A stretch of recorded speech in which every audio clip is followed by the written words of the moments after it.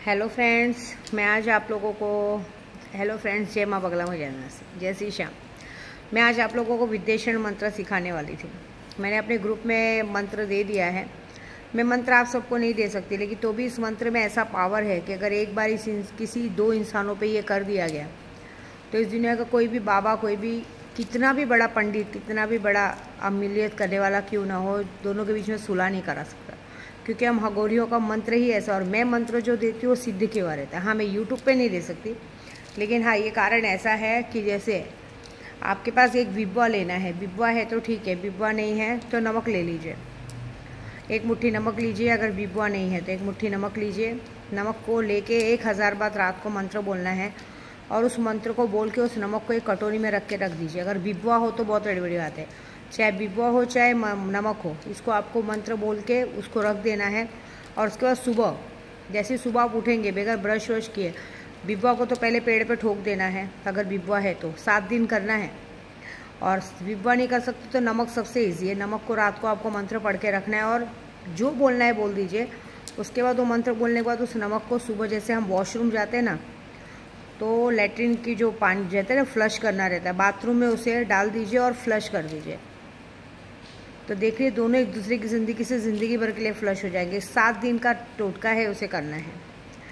देखिए, मैं लोगों को रोज़ होमवर्क देती हूँ, आप लोग सीख सकते हो। मैं जानती हूँ कुछ लोग मेरा यूट्यूब चैनल पर नज़र रखे हैं, कुछ लोग मेरे काम पे नज़र रखते हैं, कुछ लोग छोटे बददिमाग लोग, कम उम्र के लोग, हम जैसे बड़ों से पंगा लेने को सोचते हैं। देखिए, आप हो चाहे कोई भी हो, मेरा कुछ नहीं बिगाड़ सकते, क्योंकि मैं आप लोग जैसी नहीं हूँ। मैं आप लोगों के साथ बदला लेने में इंटरेस्टेड नहीं रहती हूँ, मैं लोगों को सिखाने में इंटरेस्टेड रहती हूँ।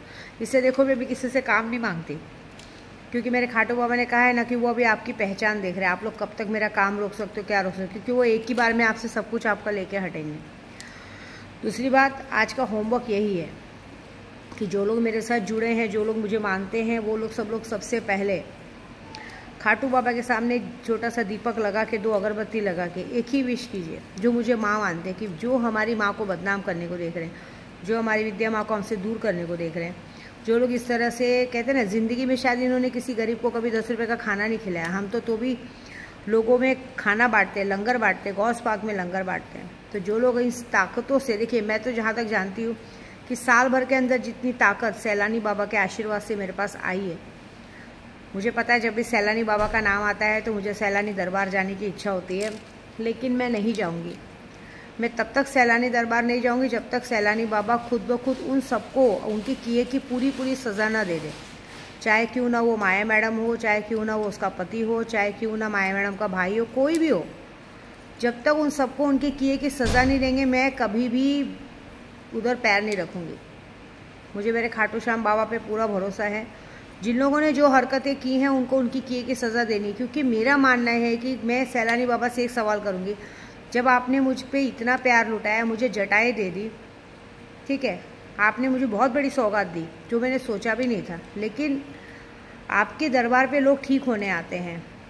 आप नक्शेबंदी के राजा हैं, आपके पास आके कोई आपकी ताकतों को खींच नहीं सकता। आपने मुझे कितने सारे मौकिल दिए, जिन्नात दिए, जिन्नातों के तौर पे ये जटाएं दी।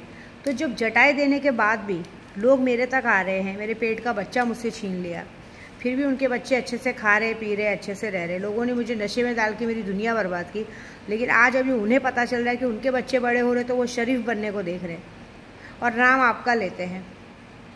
मुझे कहा जाता था नाजायज़ बच्चे पैदा करने वाले, खुद नाजायज़ बच्चे पैदा करके आपके नाम को ख़राब करते कि आपने उन्हें ये सौगात दी, आपने उन्हें सबक नहीं सिखाया।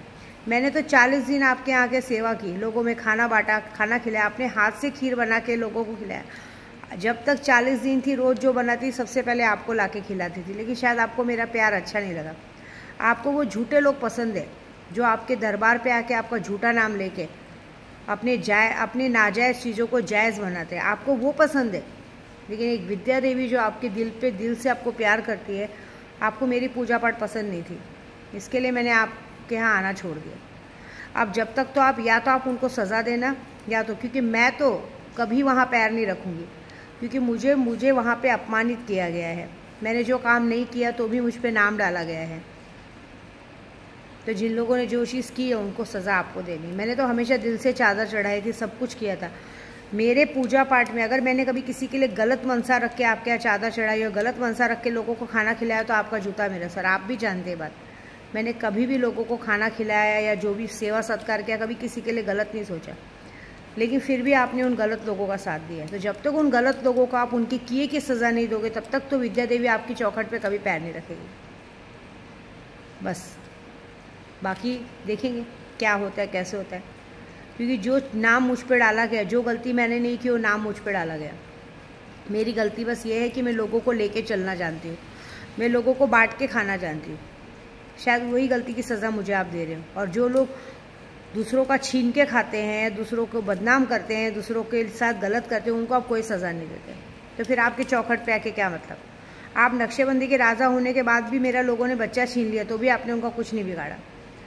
आपके दिए हुए मौकिल और जिन्नातों को लोग छीनने की कोशिश करें, फिर भी आप उनका कुछ नहीं कर रहे हो। सब अपनी ज़िंदगी अच्छे से जी रहे हैं। तो मुझे तो पता है मेरा बाबा जब मुझे जटा दे सकता है तो वो कर सकता है, लेकिन उसके लिए वक्त लगेगा। तो मैं देखना चाहती हूँ कि आप वो वक्त कब लाते हैं, कब आप अपनी इस बेटी को अपने पास बुलाते हैं। ऐसे तो नहीं आऊँगी मैं, जब मैं समझ जाऊँगी कि उनको सज़ा मिल गई तब आऊँगी। जिस तरह से लोगों ने मेरा केशव मुझसे छीना है, जब तक वो लोग बच्चों के लिए सर पटक पटक के ना रोए, तब तक तो विद्या देवी आपकी चौखट पे पैर नहीं रखेगी। ये मेरा वादा है।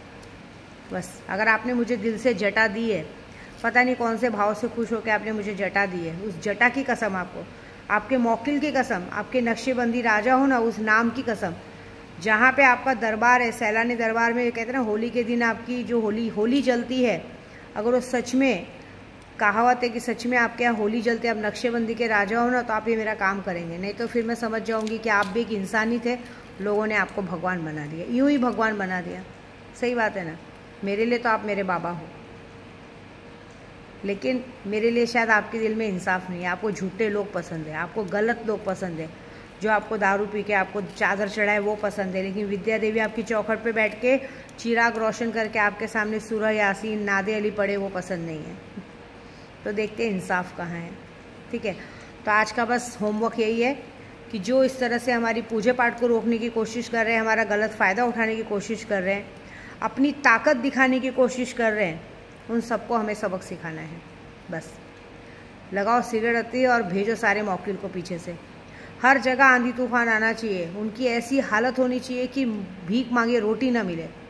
ठीक है, दूसरों को रंडी वेश्या बोलने वाले, उनकी खुद की औरतें जब तक 10 के साथ सोए नहीं ना, उन्हें खाना नसीब नहीं होना चाहिए।